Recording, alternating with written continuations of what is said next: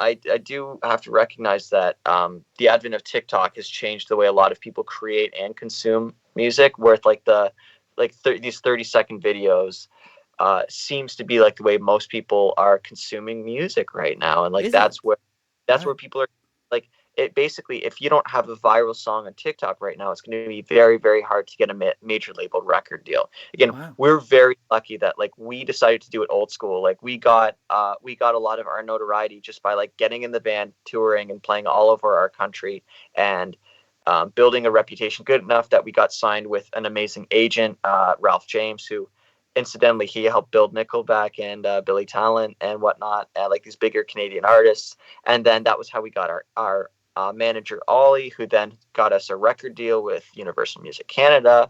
And like again, it always built off of like good faith and like building good relationships with people and just being really fucking good live, which is like not something that you can really build a career off right now. Like we kind Mm. of I admit that like our success is um like not indicative of how most people have like achieved like getting this far. Most people get big by having a viral hit, getting on the right Spotify playlist, getting millions of streams, and then going on tour.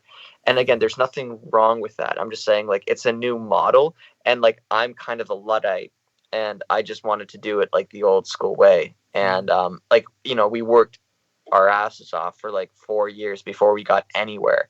And again, we're still not really, we're not very successful. Like we've had like a few like top 20 hits in our country. We've done Mm. some international touring, um, but we're in no way like like a success story yet. Hopefully we will be. Hopefully we can do this interview again, and I'll have tons of gold chains and have a beautiful house. But Yeah, yeah, exactly. No, but yeah, that's so man. fascinating because I had no, I mean, I know TikTok, obviously, I know the importance of it, but I think I'm just also a bit like you there, where it's not really appealing to me. It's not really my, in my world, that whole world, basically. So I had no idea that it's so important for Yeah. artists, really. But I It's guess it is. it's like it happened to me this year where like I finally realized that I'm out of touch with youth culture. It's like that scene in The Simpsons when Grandpa Simpson's like, I used to be with it, but then they changed what it was, and now what I'm with isn't it. And Yeah, what yeah. is weird and scary to me.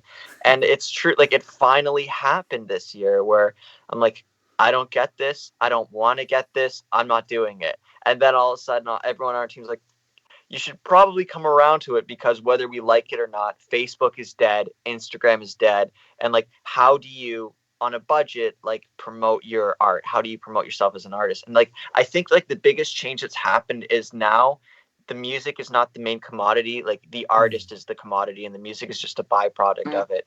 And so what we're seeing now is artists like Poppy, who's up for a Grammy for Metal Album of the Year, where she started out as a YouTube personality making these really strange um surreal videos, like kind of like almost like Clockwork Orange type stuff, like very uncomfortable. And then all of a sudden, after building up her career for over years of like racking up millions of views just doing these weird surreal videos, she dived into music.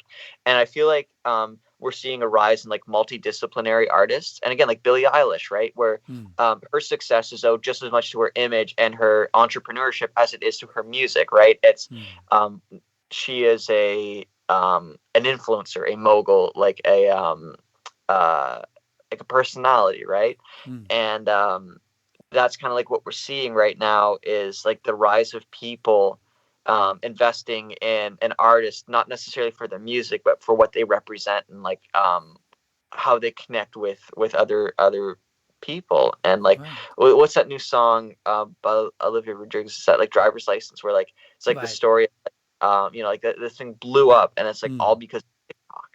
Mm. And But how do you people, guys try to navigate that world? And like you're saying, I, Facebook is there I, and all that.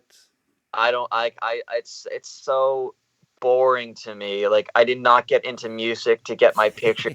I did not get into music to worry about how many streams I'm getting. I didn't get into music to make sure I have the right hashtags on my TikTok post and like I'm posting at the right time of day. Like I got into music to play music, and like unfortunately, my attitude towards that will be to my detriment.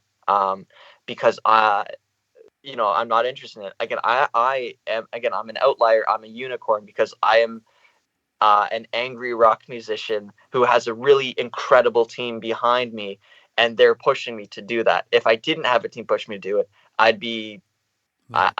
I wouldn't have the platform. So therefore, like the fact that I do have like a bit of a platform, I do want to use that to like responsibly and ethically promote my music and like what we talk about. Because like Crownlands, um, like like we're fairly political. Like we talk about Indigenous rights and we talk about gay rights and trans rights, and that's something that's very very important to us. And so you want to use our music to talk about that.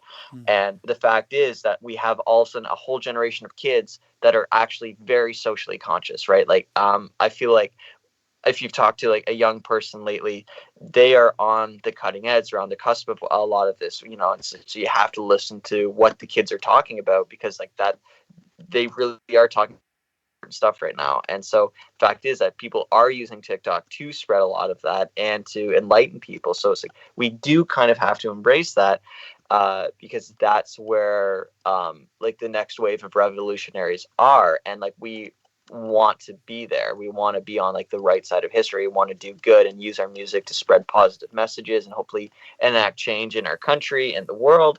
And so we have to embrace TikTok, which sounds so counterintuitive, but like there it is. Like that's what the young people are using.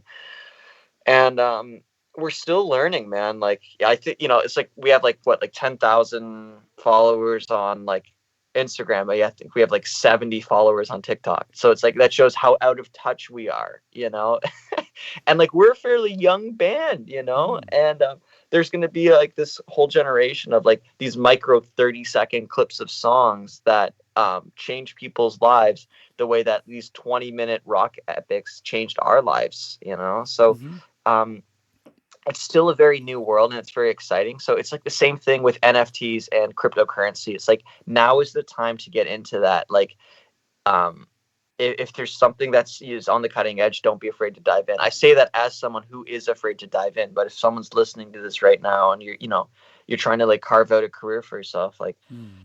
yeah, like embrace what the kids are doing because unfortunately, like that is the future, and like Yeah. I don't want Yeah. to Well make their put. things, but we will probably eventually have to adopt that at one point. Exactly.